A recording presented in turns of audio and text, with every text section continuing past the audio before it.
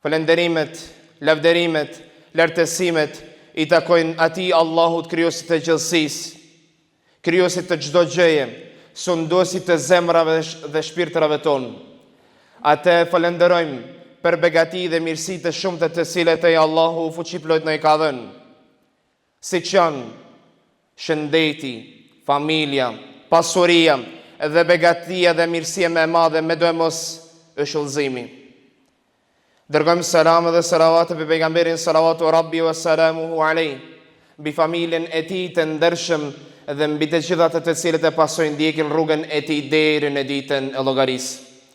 Të ndershëm vëllezër, të dashur xhamati, shpesh herë ne i bëjmë pyetje vetes, pyetje të ndryshme, por nga pyetjet e shpeshta, me do e mos ishte e njohura, cila është çelësi i suksesit, si të arrijë të jemi i suksesshëm, si të bëj sukses, si të jemi famshëm, si të jemi pasur e tjerë.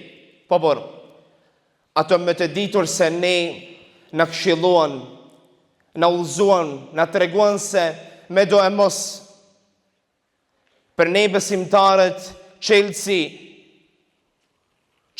i suksesit është al-maut, është vdekja. Subhanallah, dikush po mendon dhe thot, po pse hoç po flet tani për vdekjen, fundi vitit, festat, etj. Pejgamberi sallallahu alaihi wasallam, edukatori ynë, mësuesi ynë, na tregon dhe thot: "Akthiru min dhikri hadhimi ladhat." Përkujtonja vetes sa më shumë çka? Atë i cili e mbisundon dëshirat, kënaqësitë juaja. Ajo çka? Huwa al-maut, është vdekja. Thot pejgamberi sallallahu alaihi wasallam në vend tjetër, në hadith tjetër: "Zuru quburan fa innaha tudhakkiru al-maut." Vizitoni çka? Vorrezat që ta përkujtoni vetes vdekjen. Po pse tani vdekja?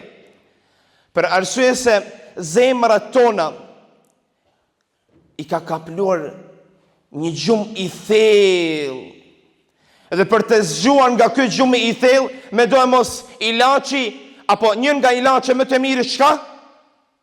Vdekja, el-maut. I ndershëm vëlla, mendoj e mirë, edhe sa ke kohë unë dhe ti. Edhe sa ke kohë unë dhe ti. Para mendojnë e pejgamberin sallallahu alaihi wasallam, e pyet një sahabi, një shok i tij: "Men akyasun nas?" Cili është më i urti nga njerëzit, cili është më i mençur? Pejgamberi sallallahu alaihi wasallam çka i thot? Ai i cili ja përkujton vetes vdekjen dhe përgatitet. Allahu akbar.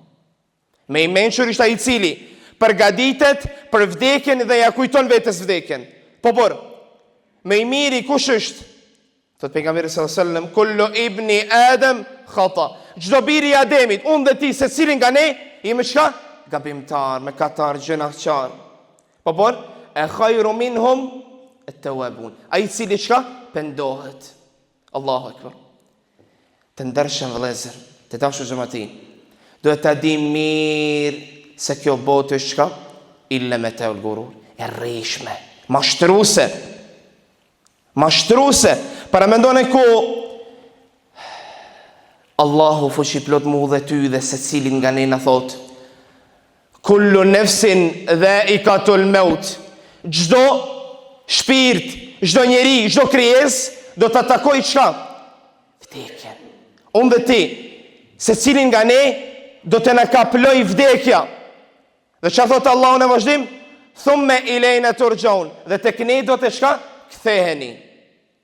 Ne në këto ditët e fund vitit gregorian, po i bëm kalkulimet e pasurisë, po i bëm kalkulimet a jam në plus apo në minus.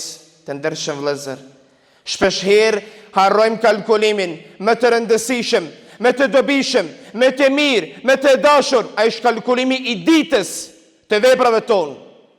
Ne si besimtar nuk guxojmë të harrojmë këtë kalkulim. Kalkulimi i ditës: si kam punë tonë me veprat e mia? Edhe kalkulimi me i mirë, me i lartë, me i dashur, me do mos është ai. Kur ti kalkulon, mendon si e ka mund gjendjen me marrëdhënie me Allahun fuqiplot. Të ndershëm vëllezër, kjo botë është kaluese dhe e shpejtë. Ne do të kthehemi tek Allahu fuqiplot. Paramendoj veten mbas një ore. Paramendoj veten, pyet veten, sa ka nga ato të cilët ndrojnë jetë të afërmit e mi dhe tu, a mund t'i kthejmë? Jo. A mund të blesh një moment? Jo. Mos të jemi nga ato njerëzit, si që ishte njëri, ku na transmeto dhe thuhet, se u mbyll në zyrën e tij për ta mbledhur pasurinë e tij, për të shikuar se çka, sa ishte i pasur.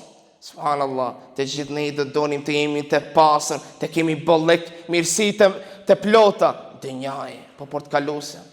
Paramendone në atë moment, vendosi rojen, mbylli zyren, hapi alarmet, kamerat dhe çka? Po e numëron pasurinë, dashuria e tij po i ngritet. Ledhatim, rahati, pse s'ishte lidhur me dunjan. Po paramendone ku një krijesë po hyn brenda dhe i thot, po si hyn brenda? Çdo gjë është mbyllur. Tha, unë hy atë ku askush nuk mund të hyjë. Unë vi dhe unë jam ai i cili vjen për ta marrë shpirtin, melekul maut, meleku i vdekjes, engjulli i vdekjes, i cili do të na vizitoj mu dhe ty. Musafir, shpeshherë pa dashur për ne. Të ndershëm vëllezër, në atë moment ai thot, po ta jep gjysën e pasurisë, më jep një ditë. I thot jo. Për arsye se Allahu fuqiplot e caktoi mu dhe ty ditën, e caktoi momentin dhe vendin, nuk ka lëvizje. Allahu fuqiplot kur thot kun feyekun, kur thot bëhu, ajo bëhet. I thot, po ta jep pasurinë, më jep një orë. Thot jo, po ta jep, vetëm më jep një moment ku do ta shkruaj një letër familjes time. Doja që ta jep të gjithë pasurinë, që ta blej një ditë dhe një orë, por nuk arrita. Ishte kotë. Edhe kështu është kuptimi i dunjas. Ky është kuptimi i jetës. Të ndershëm vëllezër, të dashur xhamati. Sidomos me do e mos në këto ditët ku ne i harrojmë disa gjëra. Kur ne i harrojmë kalkulimet tona, kur ne vazhdojmë me disa gjëra me të cilat Allahu fuqiplot, me do e mos nuk do të ishte i kënaqur me ne. Paramendojmë në atë moment, gjendemi unë dhe ti dhe vjen meleku i vdekjes, unë dhe ti jemi duke festuar dhe madhëruar atë me të cilin Allahu nuk është i kënaqur me ne. Paramendoj veten, në atë moment vjen meleku i vdekjes, unë dhe ti jemi duke bërë atë pandaluarën. Paramendoj melekun e vdekjes ose vdekjen në atë moment kur ti çka? I duke i shkelur të gjitha të mira të cilat i ke bërë. Të ndershëm vëllezër, të dashur xhamati, këto gjëra nuk janë mbralla. Këto gjëra janë vetëm dëshira që ne i tarojmë njëri tjetrin. Këto vetëm janë dëshira që ta zgjojmë zemrën tonë nga gjumi i thellë. Këto vetëm janë dëshira që t'i bëjmë komshi njëri tjetrin në xhennet. Të ndershëm vëllezër, të dashur xhamati, ne elusim atë Allahun fuqiplot, sundusin e çdo gjëje, sundusin e zemrave dhe shpirtërave tonë, që e djeshmja të jetë, e sotmja të jetë me e mirë se e djeshmja, edhe e nesërmja të jetë me e mirë se e sotmja. Lusim Allahun fuqiplot, që Allahu të jetë i kënaqur me ne, që ne të jemi në umbredhen e dashurisë, mëshirës dhe faljes së tij. Lusim Allahun fuqiplot, që të na bëjë nga njerëzit të ndershëm dhe së pari të sinqert.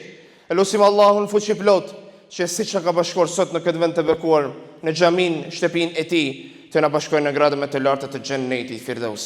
Amin. Ela in ahsana al-kalam wa min nizam kalamullahi al-malik al-aziz al-alam kama qala Allah tabaraka wa ta'ala fi nazm al-kalam wa idha quri'a al-Qur'an fastami'u lahu wa ansitu la'allakum turhamun. أعوذ بالله من الشيطان الرجيم بسم الله الرحمن الرحيم إن دين عند الله